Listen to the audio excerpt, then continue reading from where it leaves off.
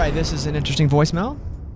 I've got an interesting situation. I finally got the promotion that I've been working so hard for 5 years, and I had to sit down with the manager, and everything was going fantastic. He was telling me everything I wanted to hear, until it came to the salary. I kind of feel like I was lowballed. Is way a lot less than what I was expecting and what I was hoping for. How would you handle this situation if I wanted to say no? Because it's that far off of a salary that I was hoping for. Love the show. Love to hear your advice. Bye. First off, congrats on the promotion. That is awesome.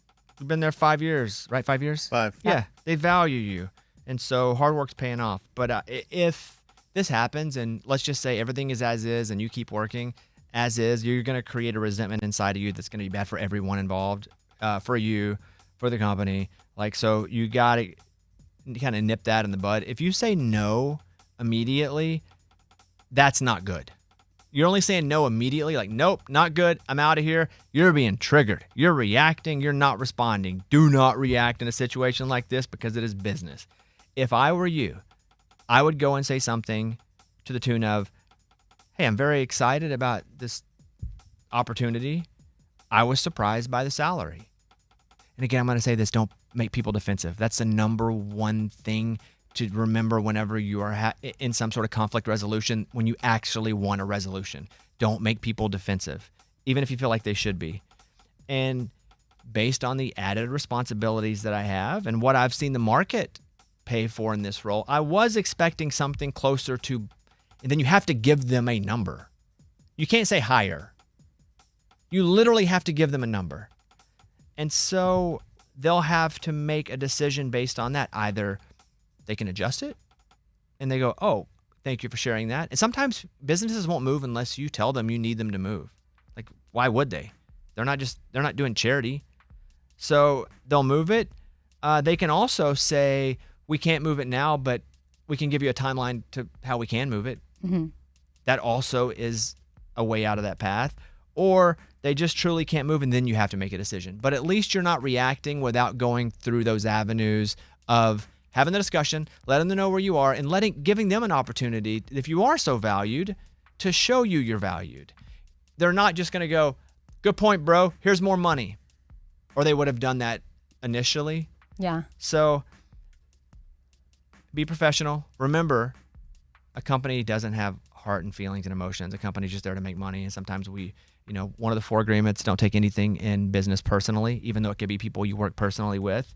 If they promoted you, they obviously see your value. But I would go back and I would say that, like, thank you for the promotion and opportunity. I can't wait to prove you right. Yeah. Something that helped me in a negotiation a year ago or so is just being open to creative solutions, because they weren't.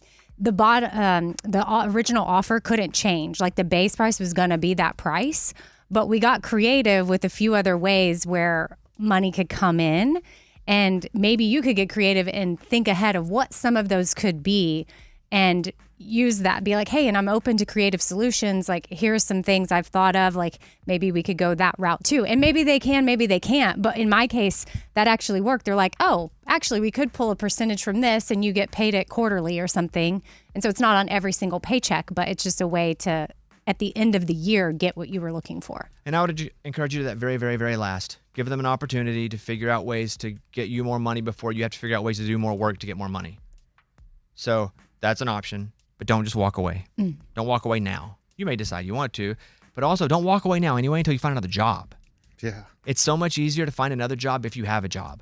And people, for the most part, like to hire people from another job instead of somebody that doesn't have a job, as unfair as that is, because they think, oh, they currently have a job. There's some value with that person. Yeah, and something you just said makes me want to clarify, because, Bobby, it's sort of advice you gave me a year ago. I don't know if you don't get me in trouble. Remember, you're not going to be in trouble at all. But it's not necessarily your creative solution doesn't have to be creating more work for you at all. It's like finding different ways where money can come in, and you might need to be the one creatively coming up with, like, oh, you get what I'm saying? Like, it doesn't have to be more work. It's just how they pay you in a different way. Like, does that make sense?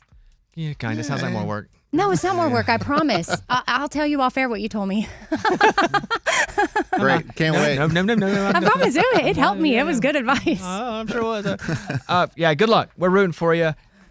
Don't react, respond.